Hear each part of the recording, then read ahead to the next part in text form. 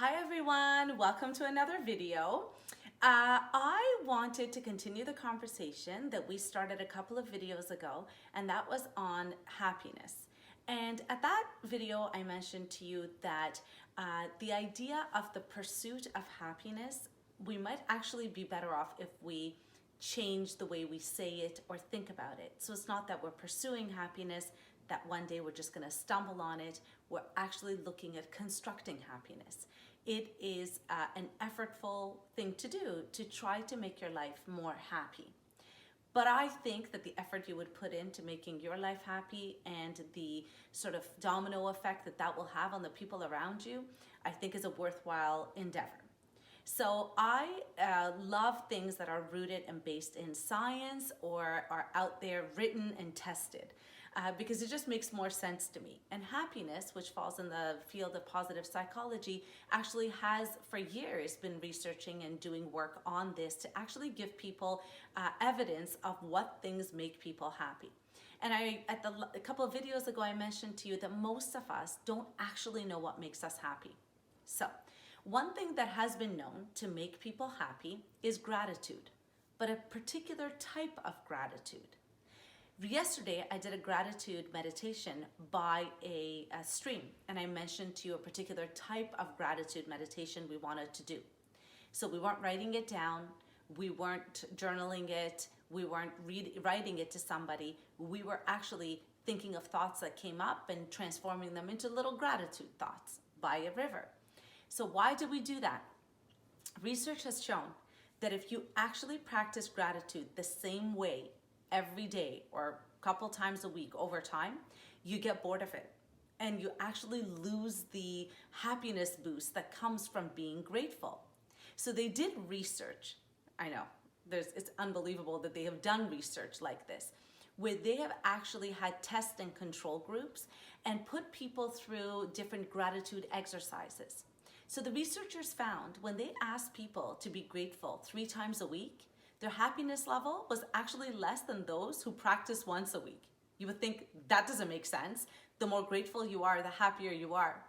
And actually the explanation is that those who practiced it once didn't lose the novelty of it and the idea of it giving them a boost. But for those who just routinely practiced it, they actually got used to it and it became mundane. And so the research actually suggests that you possibly practice gratitude maybe once a week, and also to change up the way you practice it. So you know how everyone says journal, gratitude journaling. The research doesn't necessarily support you just journaling it. That's great if it works for you. But they actually suggest switching it up. Maybe one time write it, but another time text it to a friend. Another time share it on a Zoom or on a video call. Another time, maybe say it out loud just to yourself or think of it. So they say that switching up your gratitude practice can actually boost more happiness than if you were to forcefully make it a mundane thing, like every night I'm going to gratitude journal. So I thought that that was really interesting. So some of you may suffer what I suffer, which is not really, the gratitude practice doesn't really stick for me. And one of the reasons it doesn't stick for me, I used to think that if I'm grateful for things, that there's some other sort of force listening to it and they will take away that thing that I'm really grateful for. So it was actually fear-based. The reason I wasn't practicing gratitude is because I was actually afraid. I was afraid that being grateful might make that thing that I love go away. And I shifted my thinking into not having it fear-driven. So now I am grateful, and God forbid that beautiful thing that I'm grateful for is taken away from me. I wouldn't say that that was because I was practicing gratitude. So I wholeheartedly encourage you to practice gratitude for all the things you love and not to be afraid that just being thankful for them is going to make them go away. And that kind of opens us up a little bit. So I'd like you to take a few moments now, and maybe we'll quiet together, and to think about the different ways that you think it would work for you to practice gratitude. And that doesn't have to be every day. It doesn't, and like I mentioned, even once a week is enough. But if you can think about what would make it doable for you. Because just because it's gratitude journaling, that's what's referred to in writing it, how would it stick for you? Is there a place you could go, or something that would trigger you to practice it? I don't know. But it's different for all of us. So I like to just randomly practice it whenever I feel like it. And if that works for you, that works for you. And I don't try to keep tabs on how much I practice it. So if I've done it 15 times in one day and for a week I didn't do it, that's okay. And so this, not to judge it, but just to be aware of it. So maybe we'll just take a moment and we'll take a breath and kind of feel our sit bones. And take a nice inhale. And exhale out. And see if any part of you resonated with what I had mentioned, which is the fear of being grateful for things in your life, because you think that if you're really grateful for something, it'll disappear or be taken away. And if you share that feeling that I had, which is being afraid to be grateful,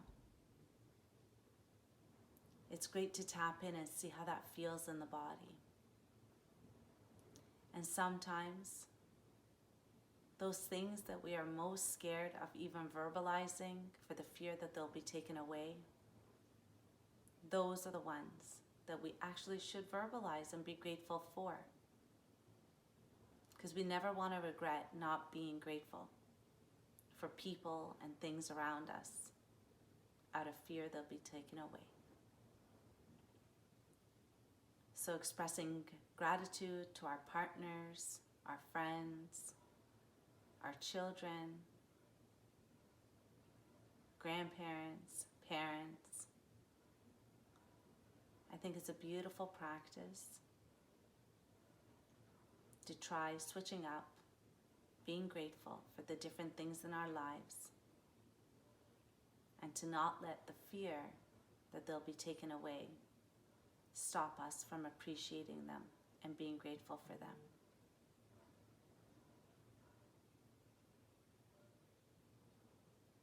Maybe take one more breath,